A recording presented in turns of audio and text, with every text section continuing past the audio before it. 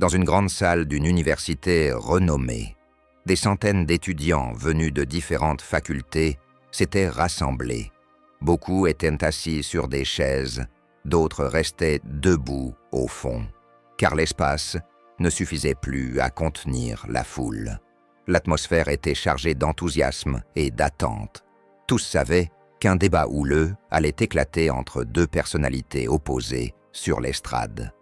Un homme d'une cinquantaine d'années, de haute stature, vêtu d'une longue robe noire, se tenait debout.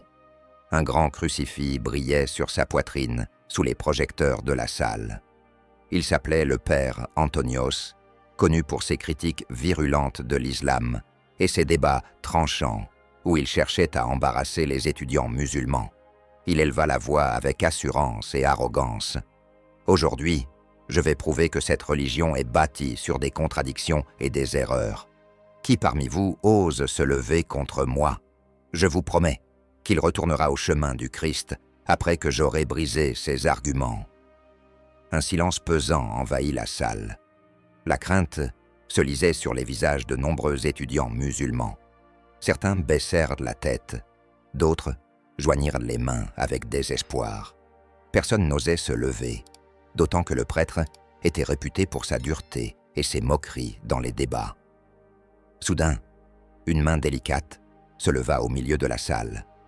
Tous les regards se tournèrent vers elle. C'était une jeune femme d'une vingtaine d'années, vêtue d'une abaya blanche et d'un voile immaculé. Elle se leva avec assurance, ses yeux brillants de détermination. Elle avança vers l'estrade et dit d'une voix calme : « Je suis prête à vous répondre, père Antonios. » L'homme éclata de rire avec mépris. « Une jeune fille voilée ? Voilà qui sera plus facile que je ne l'imaginais. » Mais la jeune femme continua d'avancer avec sérénité. Arrivée sur l'estrade, elle déclara : « Je m'appelle Amina. Je suis une nouvelle convertie à l'islam et je connais par cœur la parole de Dieu. » Un silence solennel s'installa. Sa confiance imposait une atmosphère différente et le public sentit qu'il assistait à un débat hors du commun.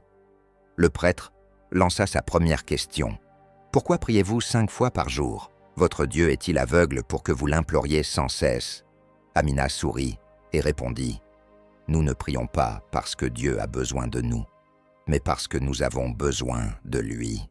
La prière nous relie à notre Créateur, elle nous rappelle la vérité et purifie nos âmes. Quant à lui, il est au-delà de tout besoin.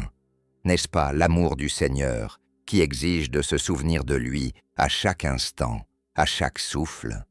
Certains étudiants, surpris, se mirent à réfléchir. La réponse, loin de la moquerie, éveillait en eux une méditation nouvelle. Le prêtre enchaîna. « Et qui vous garantit que Muhammad est un prophète? N'était-il pas illettré, incapable de lire et d'écrire? N'est-ce pas la preuve de sa faiblesse ?» Amina leva la tête avec assurance. « Au contraire, c'est la plus grande preuve de sa sincérité. Comment un homme illettré aurait-il pu produire des paroles qui émerveillent les plus grands orateurs et qui demeurent cohérentes pendant 23 ans? Cela ne peut être qu'une révélation divine. » Les questions se succédèrent et la salle vibrait d'enthousiasme. Les étudiants étaient partagés entre étonnement et admiration, tandis qu'Amina restait ferme, répondant avec calme et assurance, telle une lampe éclairant l'obscurité. Le père Antonios, crispé, lança d'une voix forte : « Si vous prétendez que votre religion est vraie, expliquez-moi pourquoi vous dites que tout ce qui arrive dans l'univers se produit par la volonté de Dieu. Les tremblements de terre, les guerres, les viols, les famines, seraient-ils aussi sa volonté? Quel Dieu attribuez-vous à de telles catastrophes ?» Un murmure parcourut la salle. Certains visages trahissaient la perplexité. Mais Amina, imperturbable, répondit d'une voix douce : « Tout ce qui se produit dans la vie survient par la volonté de Dieu. Mais cela ne signifie pas qu'il aime l'injustice ou qu'il approuve la corruption. Il a donné à l'homme la liberté de choisir. Et les épreuves sont des tests pour mesurer la force de sa foi. Les séismes et les inondations sont des phénomènes naturels. Les guerres sont le fruit de la cupidité humaine. Pourtant, Dieu reste miséricordieux. Il fait jaillir des leçons et des bénédictions au cœur même des épreuves pour ceux qui réfléchissent. Des étudiants hochèrent la tête avec admiration. Le prêtre, irrité, répliqua « Alors vous êtes esclaves d'un Dieu qui vous utilise comme des outils. Tu dis que ton corps n'est pas à toi, mais à ton Seigneur. N'est-ce pas une forme d'esclavage moderne ?» Amina sourit. « Non, ce n'est pas de l'asservissement, mais la véritable liberté. Être à Dieu seul signifie que je n'appartiens à personne d'autre. Ceux qui croient être libres en suivant leurs passions sont en réalité prisonniers de ces passions. L'adoration de Dieu nous libère de toute autre servitude. » Le prêtre, montrant son voile, lança. « Et si c'est comme tu dis, pourquoi te caches-tu sous ce tissu? Considères-tu que les femmes non voilées sont dans l'erreur? Ne me juges-tu pas ainsi ?» Le visage d'Amina resta serein. « Je ne juge ni toi ni personne, mais j'obéis à l'ordre de mon Seigneur. Je considère que le voile protège ma dignité et affirme mon identité. Quant à celles qui ne le portent pas, elles sont libres de leur choix. Mais en vérité, la pudeur et la chasteté n'enchaînent pas la femme, elles l'élèvent. » Le prêtre reprit, plus véhément. « Comment pouvez-vous appeler votre religion miséricordieuse alors que vous égorgez les animaux au nom de votre Dieu? Quelle miséricorde commence par un couteau ?» Quelques rires moqueurs fusèrent dans la salle. Amina fit un pas en avant et répondit « Oui, nous abattons les animaux pour nous nourrir, mais nous le faisons avec miséricorde et en mentionnant le nom de Dieu. Nous interdisons de les torturer ou de les laisser souffrir. Nous croyons que la vie est un dépôt sacré. Le prophète, paix et bénédiction sur lui, a interdit de frapper un animal au visage ou de le faire souffrir. Une religion qui enseigne la compassion envers les bêtes est, à plus forte raison, une religion qui enseigne la compassion envers les hommes. » La salle se figea un instant, et l'admiration se lut sur de nombreux visages. Mais le prêtre revint à la charge. « Pourquoi interdisez-vous les statues et les images? N'est-ce pas une hostilité envers l'art et la créativité ?» Amina répondit avec assurance. « Il ne s'agit pas d'interdire l'art, mais de protéger l'homme contre la tentation de transformer l'art en idolâtrie. L'art pour nous peut être poésie, calligraphie ou toute œuvre qui embellit la vie. Le problème, c'est lorsqu'il devient un outil pour déformer la foi. » Le prêtre, hésitant à l'interrompre, finit par demander avec colère « Et pourquoi toutes vos prières doivent-elles être en arabe? Votre Dieu ne comprendrait-il pas d'autres langues ?» Amina sourit. « L'arabe a été choisi pour préserver l'unité et la pureté de notre livre. Mais l'invocation et la prière personnelle peuvent se faire dans n'importe quelle langue. L'unification de la langue du culte garantit que le livre reste unique, sans divergence ni altération de sens. Est-ce une faiblesse ou une force? » Certains étudiants prirent des notes, impressionnés. Le climat changeait peu à peu, et l'attention de tous se concentra davantage. Le père Antonios leva la main et lança d'une voix dure. « Votre religion n'étouffe-t-elle pas les esprits? Vous interdisez de poser des questions sur beaucoup de sujets et exigez une soumission aveugle. N'est-ce pas tuer la raison et humilier l'homme ?» Tous les regards se tournèrent vers Amina. La question était forte, mais son visage resta paisible. Au contraire, notre religion ouvre l'esprit et le libère. Dans nos écritures, Dieu appelle l'homme à réfléchir, à méditer sur l'univers et sur lui-même. Nous ne croyons pas en une foi aveugle, mais en une foi fondée sur la preuve et l'argument. Même les règles juridiques ont une sagesse qui se révèle à celui qui réfléchit. Le prêtre l'interrompit vivement. « Mais vous traitez les autres de mécréants. N'est-ce pas un langage de haine et une insulte à l'humanité ?» Amina sourit et répondit « Le mot « kafir » dans notre langue n'est pas une insulte, mais une description religieuse. Il désigne celui qui refuse la foi après que la vérité lui est parvenue. C'est un terme théologique, sans intention d'humilier. En réalité, notre prophète Muhammad, paix et bénédiction sur lui, a vécu avec des non-musulmans à la Mecque et à Médine, et il les a toujours traités avec justice et bienveillance. Le prêtre respira avec colère et dit « Mais, vous punissez de mort celui qui change de religion. N'est-ce pas une religion de la peur ?» Amina répondit d'une voix posée. Les règles de la loi religieuse visant à préserver la stabilité de la société. Ce n'est pas chaque doute ou chaque hésitation qui est puni. Les cas graves concernent la trahison, l'hostilité et la provocation de troubles. Pourtant, le prophète, paix et bénédiction sur lui, a pardonné à beaucoup de ceux qui l'avaient offensé et trahi. Le visage du prêtre s'empourpra et il s'écria « Alors pourquoi les enfants souffrent-ils de maladies, de faim et de guerre ? Ne dites-vous pas que votre Dieu est plus miséricordieux envers ses serviteurs qu'une mère envers son enfant ? Où est donc cette miséricorde ?» Amina inspira profondément puis répondit « La miséricorde se manifeste dans le fait que Dieu ne laisse pas ses opprimés sans récompense ni compensation. Si un enfant souffre, Dieu élève son rang et lui accorde un bien meilleur destin. Quant aux hommes, ce sont eux les responsables de nombreuses tragédies par leur injustice et leur négligence.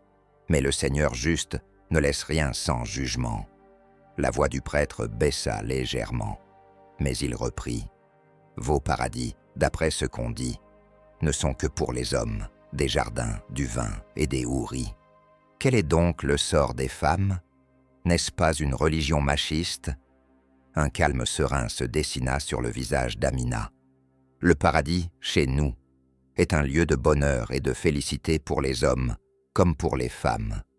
Chacun y reçoit ce qui lui convient et ce qui l'épanouit. Personne n'y est lésé, et aucun sexe n'est privilégié sur l'autre. Les descriptions que vous entendez ne sont que des images pour nous rapprocher de la compréhension.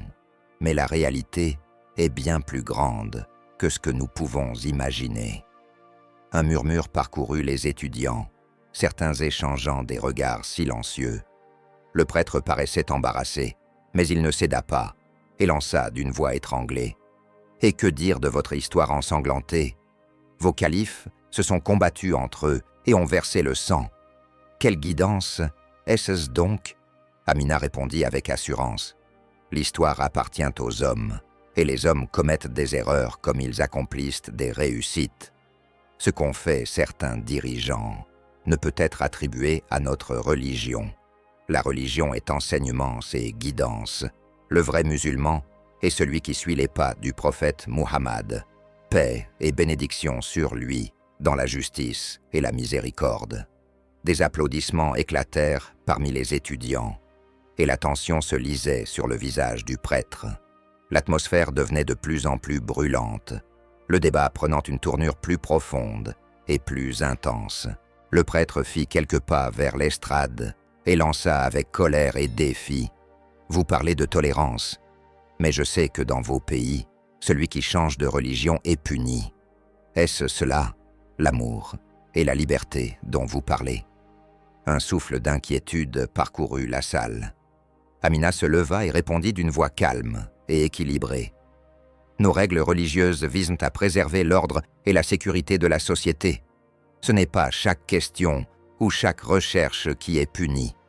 Les cas que vous évoquez concernent la trahison politique ou la conspiration contre la communauté. Pourtant, notre prophète Muhammad, paix et bénédiction sur lui, pardonnait à ceux qui s'opposaient à lui et leur permettait de vivre sous la justice et l'égalité. » Le prêtre se tut un instant, puis dit d'un ton accusateur « Si votre Dieu est miséricordieux comme tu le dis, pourquoi voyons-nous des orphelins, des affamés et des malades mourir sans secours? Où est sa miséricorde ?» Amina répondit, les yeux brillants de foi. « La miséricorde se manifeste dans le fait que Dieu ouvre les portes de la récompense et du bien à ceux qui s'efforcent d'aider les opprimés. Quant à ses enfants et ses faibles, ils ne sont pas abandonnés sans compensation. Ils ont auprès de Dieu un rang particulier. Mais c'est aux hommes de transformer cette miséricorde en action, en projet et en effort pour secourir les pauvres. Certains étudiants respirèrent avec soulagement, touchés par ces paroles. Mais le prêtre s'écria encore. « Votre paradis n'est que pour les hommes, avec des plaisirs et des houris. Les femmes n'y ont aucune part. Quelle justice est-ce là ?» Amina répondit avec assurance. « Le paradis est un lieu de bonheur et de félicité pour les hommes et pour les femmes. Chacun y reçoit ce qui le comble et satisfait ses désirs purs. Dieu ne lèse personne. La femme croyante y obtient ce qu'elle souhaite, tout comme l'homme. Le paradis est justice et récompense, non réservée à un sexe plutôt qu'à un autre. » Un murmure parcourut la salle, et sur les visages des femmes en particulier se lisait fierté et sérénité. Le prêtre, troublé, se hâta de dire « Et comment expliques-tu que vos califes se soient disputés, combattus et aient versé le sang? Quelle guidance est-ce donc ?» Amina répondit d'une voix claire. « L'histoire est pleine d'événements, de bien et de mal. Ce qu'ont fait certains dirigeants n'est pas une preuve que la religion l'ordonne. L'islam commande la justice, la miséricorde et la préservation du sang. Notre prophète Muhammad, paix et bénédiction sur lui, fut l'homme le plus juste et le plus miséricordieux, donnant les plus beaux exemples de patience et de pardon. » Le prêtre resta silencieux un instant, visiblement gêné, tandis que des applaudissements éclataient du côté des étudiants musulmans. Même certains non-musulmans regardaient Amina avec admiration et réflexion. L'atmosphère bouillonnait de questions et de débats, chaque réponse d'Amina révélant une profondeur et une sagesse nouvelles. Le père Antonios reprit, le visage rougi par la colère. « Vous, les musulmans, dites que Dieu guide qui il veut et égare qui il veut. Alors, suis-je coupable ou est-ce votre Dieu qui m'a égaré? N'est-ce pas une injustice ?» Un murmure parcourut la salle, l'air devenait lourd d'attente. Mais Amina leva les yeux et répondit avec sérénité. « Dieu ne force personne à l'erreur ni au péché. Il ouvre deux chemins, celui du bien et celui du mal. Celui qui choisit le bien, Dieu l'aide et le raffermit. Celui qui persiste dans le mal, Dieu le laisse à lui-même. L'égarement n'est pas imposé, c'est un choix, et c'est la justice, car chaque être humain sera jugé selon ses propres actes. » Le prêtre, furieux, lança. « N'est-il pas écrit dans vos livres que l'homme peut frapper sa femme? Est-ce cela, une religion de miséricorde? Accepterais-tu d'être battu au nom de ta foi ?» Des exclamations s'élevèrent dans la salle, certains surpris, d'autres attentifs. Amina répondit avec sagesse. « Notre prophète Muhammad, paix et bénédiction sur lui, n'a jamais frappé une femme. » Le mot « frapper » dans notre langue a plusieurs sens. Le plus faible est la violence, le plus fort est l'avertissement ou l'orientation. Notre religion interdit l'humiliation et la brutalité. L'homme et la femme sont partenaires dans la vie. Aucun n'est maître et l'autre esclave. Les étudiants méditaient sa réponse et prenaient des notes. Le prêtre reprit avec dureté. « Crois-tu que ta prière et tes prosternations valent mieux que la méditation des bouddhistes ou des chrétiens? Pourquoi te glorifies-tu de t'incliner 5 fois par jour ?» Amina leva les mains avec calme et dit « Notre adoration n'est pas de simples gestes physiques. C'est un renouvellement de l'âme et une connexion avec le Créateur. Nous croyons que l'homme, sans adoration, perd son équilibre. La méditation est belle, mais si elle est vide du souvenir de Dieu, elle reste incomplète. La différence est que nous tournons nos cœurs vers Dieu, et non seulement vers nous-mêmes. » Le prêtre, de plus en plus irrité, dit « Toi tu crains ton Dieu, moi je l'aime. Qui de nous est dans la vérité? Qu'est-ce qui est meilleur, une religion de la peur ou une religion de l'amour ?» Amina répondit, d'une voix emplie de douceur et de sagesse. « Nous réunissons la crainte et l'amour. Nous craignons de perdre sa satisfaction, et nous l'aimons parce qu'il est celui qui nous a créés, qui nous nourrit et qui nous fait miséricorde. La foi ne peut être complète sans ces deux dimensions.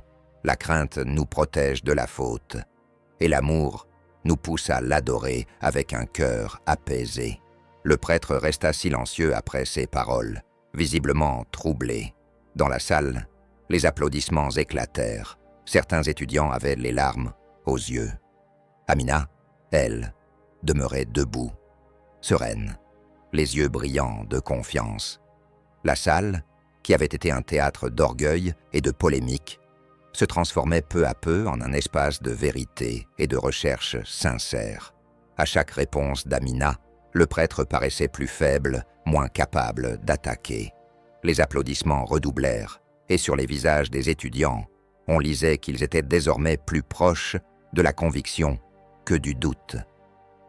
Mais le père Antonios, voyant la salle se retourner contre lui, refusa de s'avouer vaincu. Il leva la main une nouvelle fois et lança d'une voix où se mêlaient colère et désespoir. « Si ce que tu dis est vrai, où est donc le sacrifice? Où est le Sauveur qui porte nos fautes? Nous croyons que le Christ s'est sacrifié pour le salut des hommes. Quelle est donc votre offrande, à vous, musulmans ?» Amina se redressa, droite et digne, et répondit d'une voix ardente de foi. « Notre Seigneur est juste et miséricordieux. Il ne place pas les péchés des uns sur les épaules d'un innocent. Chaque âme est rétribuée selon ce qu'elle a accompli. Quelle justice y a-t-il à punir l'innocent et à épargner le coupable? La véritable miséricorde est d'ouvrir la porte du repentir à tout être humain et de lui pardonner ce qu'il a fait, s'il revient sincèrement vers son Seigneur. » Des murmures d'admiration parcoururent la salle, et certains étudiants non musulmans hochèrent la tête comme s'ils venaient de découvrir un sens nouveau. Mais le prêtre s'exclama précipitamment. « N'est-ce pas Muhammad, comme vous le prétendez, qui a mené des guerres et versé le sang? Où sont l'amour et la paix là-dedans ?» Amina sourit calmement et répondit. « Oui, il y eut des guerres à son époque, mais elles furent toutes défensives, pour protéger la communauté. Jamais notre prophète Muhammad, paix et bénédiction sur lui, n'a commencé une agression. Il ne combattait que lorsqu'on l'y contraignait. Et lorsqu'il triompha de ses ennemis, il ne se vengea pas, mais leur dit « Allez, vous êtes libres. » Est-ce là le comportement d'un homme sanguinaire, ou celui d'un prophète dont le cœur est rempli de miséricorde? Un silence soudain envahit la salle.